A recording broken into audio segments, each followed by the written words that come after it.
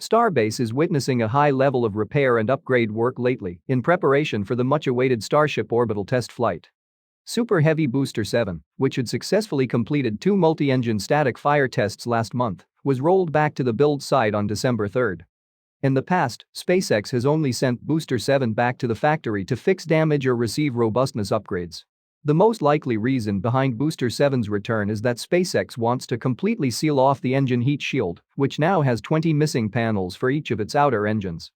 SpaceX decided not to install those panels during pre-launch tests because it is much easier to connect the engines to the launch mount pipework and manifolds without them.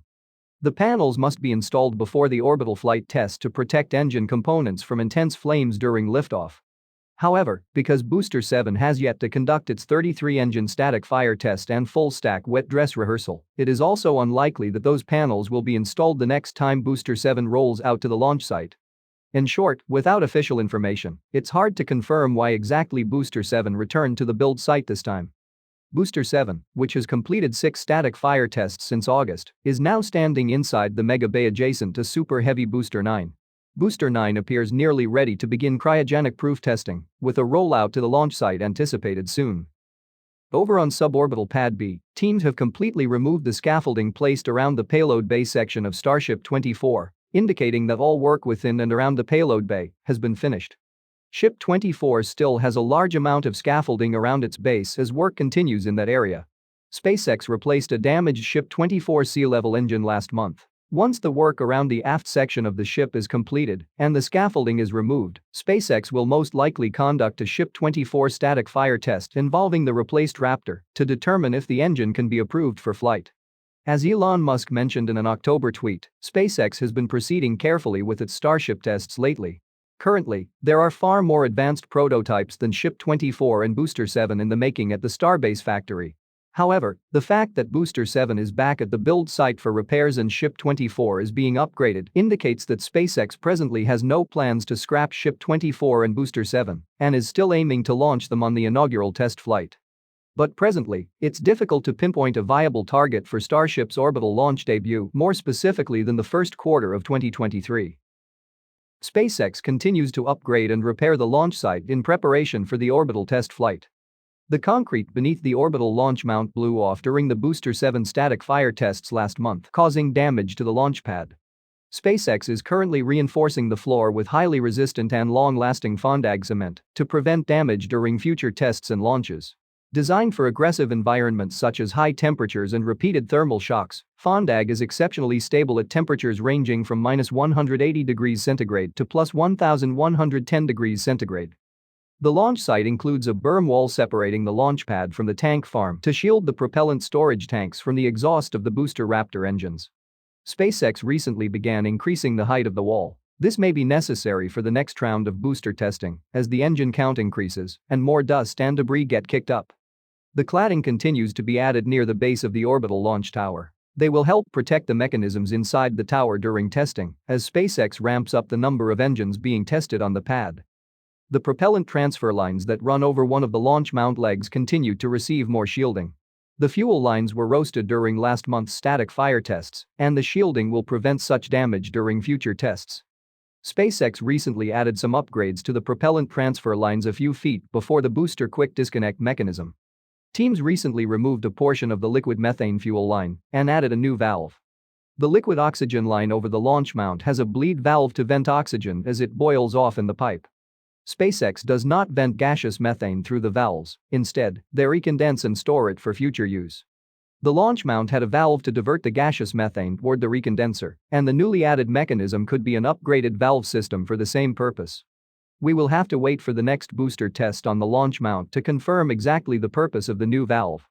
If you are curious about the launch mount plumbing systems, I recommend watching the latest video from CSI Starbase. The link to the video is provided in the description. At the build site, teams have begun the process of shutting down Starship 25's payload bay door. Starlink satellites were supposed to be deployed into orbit through the payload bay door during the orbital mission of Ship 25. Now that SpaceX has begun to close the door permanently, we can be sure that Ship 25 will not be carrying any payloads during its mission. Starship 24's payload bay door was permanently closed in September, and Starship 26 has no payload bay door installed. SpaceX has already installed a satellite dispenser and payload bay door in the cargo section of Ship 27, meaning Ship 27 could be the first Starship to carry cargo into orbit. Yusaku Maezawa, the founder of ZOZOTOWN, Japan's largest online fashion retailer, has picked 8 passengers that he said will join him on a trip around the moon on a Starship vehicle. The mission, dubbed dearMoon, was announced back in 2018 as SpaceX's first private moon mission. The dearMoon flight plan calls for Maezawa and his crew to blast off on a Starship rocket for a roughly 6-day journey that would make a circuit around the moon and come back without attempting a landing on the lunar surface. The 8 crew members and 2 alternates were selected from over 1 million applicants worldwide.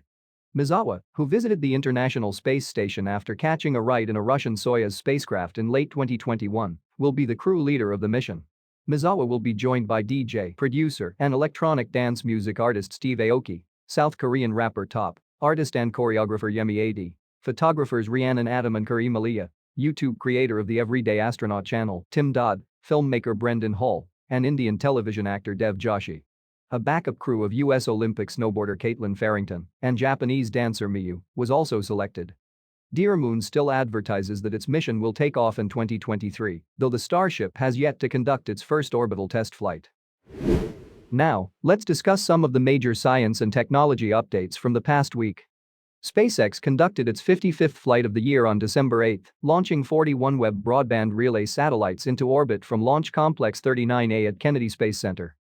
Cameras on the ground captured stunning views of the Falcon 9 first stage separating from the upper stage and executing a series of burns to return back to Earth to make a pinpoint landing on a landing pad at Cape Canaveral Space Force Station. It was SpaceX's 145th successful rocket recovery and the 4th landing for this particular booster. The Falcon 9's upper stage, meanwhile, continued carrying the OneWeb satellites to orbit. The stage deployed the spacecraft as planned in 3 roughly equal sets, starting at 58 minutes after launch and finishing 30 minutes later. OneWeb is building a 648-satellite broadband constellation in low Earth orbit, which will compete to some degree with SpaceX's Starlink. With the latest batch of satellites deployed, OneWeb now has 504 satellites in orbit. A vast majority of OneWeb satellites were launched atop Russian-built Soyuz rockets, operated by French company Arianespace. That arrangement fell apart after Russia invaded Ukraine in February, leaving a launch gap for OneWeb.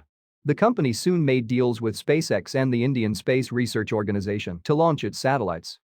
India launched the first of its 2 missions in October, and SpaceX will launch 2 more missions, with its next scheduled for January 2023. SpaceX is expanding its Starlink satellite technology into military applications with a new business line called Starshield. While Starlink is designed for consumer and commercial use, Starshield is designed for government use, with an initial focus on Earth observation, communications, and hosted payloads. According to SpaceX, Starshield will offer a higher level of security than Starlink, featuring additional high-assurance cryptographic capability to host classified payloads and process data securely. Moreover, Starshield spacecraft will also be interoperable with other satellites that are equipped with the laser communications terminal. SpaceX's Starshield page doesn't provide much detail about the new project, so we'll have to wait to know the size, mass, and the number of Starshield spacecraft SpaceX plans to deploy. Meanwhile, SpaceX continues to build out its Starlink system, with the company last week winning key FCC approval for the launch of 7,500 next-generation Starlink satellites. SpaceX originally requested to launch nearly 30,000 satellites, however, the FCC only issued a partial grant in order to address concerns about orbital debris and space safety. The 7-meter-long, 1.2-ton Gen 2 Starlink satellites will feature upgraded capabilities to enhance the internet network and take full advantage of the larger satellite chassis. SpaceX expects the second-generation satellites to be darker than the first-generation satellites due to its brightness mitigation efforts. The Gen 2 satellites will also feature inter-satellite laser links, allowing for speedier data transfer between them. Since 2019, SpaceX has launched a total of 3,558 Starlink satellites into low Earth orbit, and out of these, around 3,268 satellites are still in orbit today. NASA's Orion spacecraft, launched towards the moon on November 16 as part of the Artemis 1 mission, is on course for its return to Earth on Sunday, December 11. The spacecraft made its second and final close approach to the moon on December 5 and fired its main engine for 3 minutes and 27 seconds to return home. The maneuver, called the return-powered flyby, took place during a close approach to the moon that brought Orion within 130 kilometers of the lunar surface. Orion exited the lunar sphere of gravitational influence on December 6, and Earth's force of gravity is now the primary gravitational force acting on the spacecraft. On December 11, 20 minutes before atmospheric entry, the capsule will separate from its service module and orient itself so its heat shield faces the direction of travel.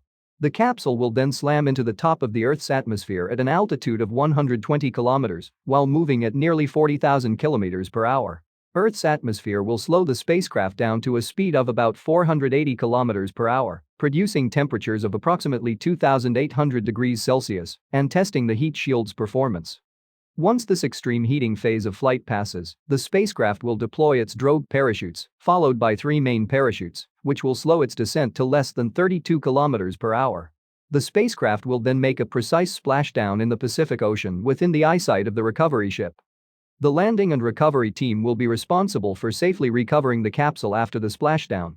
NASA has already given its approval to deploy the U.S. Navy ship, USS Portland, that will host the recovery forces and bring the Orion spacecraft to the U.S. Naval Base in San Diego for transport to the Kennedy Space Center. NASA astronauts Josh Cassata and Frank Rubio successfully completed a 7-hour-long spacewalk on December 3 to install the third roll-out solar array on the International Space Station. The spacewalk, which was the 256th spacewalk in support of space station assembly, achieved all objectives by successfully installing and deploying the third array atop a larger original array. The next ISS spacewalk is scheduled for December 19 to install the fourth rollout solar array. The arrays were launched from NASA's Kennedy Space Center on November 26 on board the SpaceX CRS-26 cargo resupply mission to the space station. The first pair of rollout solar arrays were installed on the space station last year, and 2 more units are slated to launch on a SpaceX resupply mission next year. Collectively, the new arrays will generate 120 kilowatts of power, increasing the station's electricity supply by 20 to 30%. NASA's Ingenuity Mars helicopter has set a new record more than a year and a half after its first flight on the Red Planet. The 1.8-kilogram Ingenuity soared 14 meters above the Martian surface on December 3, setting a new altitude record on its 35th flight. The Little Chopper's previous record was 12 meters, achieved on 3 previous flights. On its 35th flight, which lasted 52 seconds, Ingenuity covered about 15 meters of horizontal distance. The helicopter has now traveled a total of 7,407 meters and stayed aloft for 59.9 minutes on its 35 Mars sorties. The flight on December 3 was Ingenuity's second since a significant software update. With the help of that update, Ingenuity can now navigate by using digital elevation maps and avoid hazards when landing. The Ingenuity helicopter that landed with NASA's Perseverance rover on the floor of Jezero crater in February 2021 was initially designed as a technology demonstration that would only pursue 5 flights on Mars. But NASA later extended its mission, keeping the rotorcraft flying. Its current objectives center on pushing the envelope of Red Planet flight and performing reconnaissance for Perseverance. With this, we have covered all the major updates from last week. Please share your thoughts on the latest science news and Starship updates in the comments section. Also, do not forget to subscribe to the channel for more weekly updates. And as always, thanks for watching.